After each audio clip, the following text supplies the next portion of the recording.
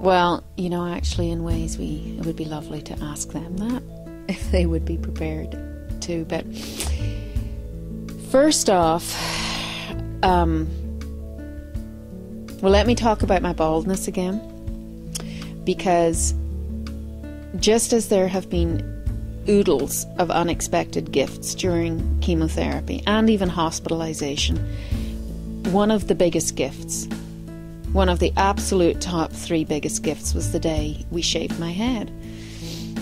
Because into my vulnerable and open space stepped my children, and they watched my head being shaved, and they watched me waver and cry, but also totally accept it.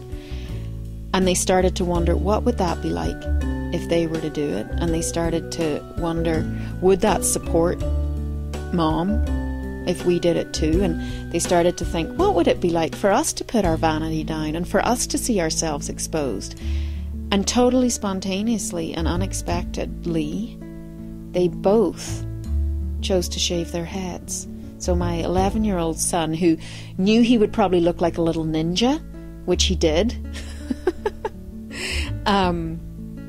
he did it first. And then my almost 15-year-old daughter, with glorious long thick locks that she'd been growing, watched this, and I think almost surprised herself with her courage and willingness to shave that all off.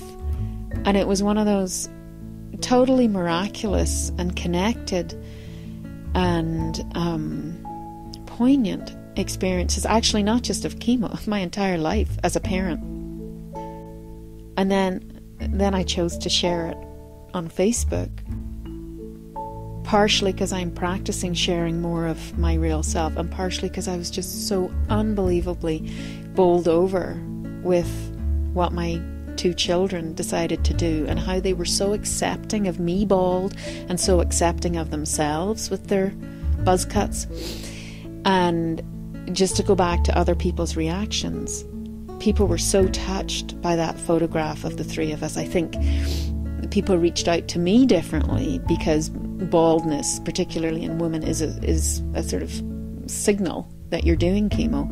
But they were so bowled over that 2 children would choose to shave their heads in support of their mom, that it's been really it's been an amazing time of receiving people's well wishes and an honouring of us as a family. And that's how we live as a family. I mean, you ask how this has been for the kids. The kids have been involved in as much of this as possible, and that's the way I choose to parent them. And I think if they were here, they would both say the hardest thing out of this whole entire health crisis was me being in hospital for 2 months, and us simply not having our day-to-day or week-to-week interaction. Even Teo said the other day, just out of the blue, he said, "That was bad, Mum. Those two months were hard. I don't want to do that again." So one of the beautiful things about chemo was being able to do it here. And in fact, although we were prepared for the kids to maybe spend more time at their dad's, that hasn't had to happen. I've been able to have them a full 50% of the time. And I've been able to have them, I think, because my kids and I spend so much time simply hanging out together. So we're not a do, go out there, go out there, go out there. We are a threesome, and with you a foursome, that sits and explores. And they have totally willingly, and actually not even just totally willingly, I think they have thrived in the increased availability of me. I've been more available. I'm here more. I'm not busy with work. I'm not busy with a whole bunch of errands. I'm simply here.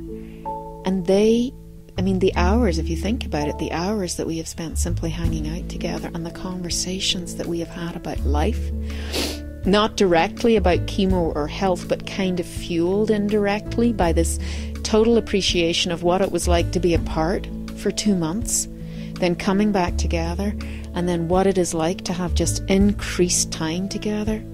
It has been one of the most beautiful times in my entire parenting experience. So What has it been like for the kids? I think good.